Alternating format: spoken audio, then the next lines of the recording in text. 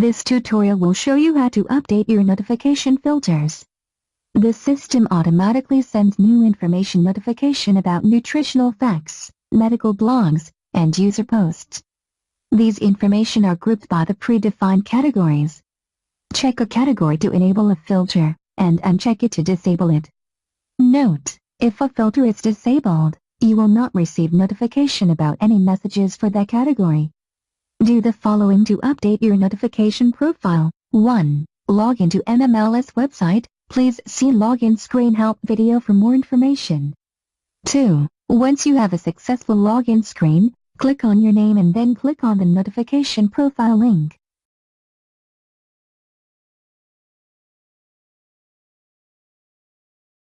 Three. The current list of filters will appear.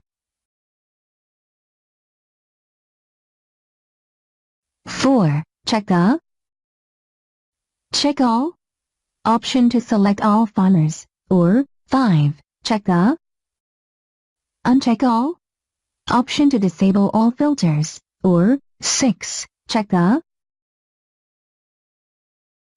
Check Some option and then check or uncheck each filter.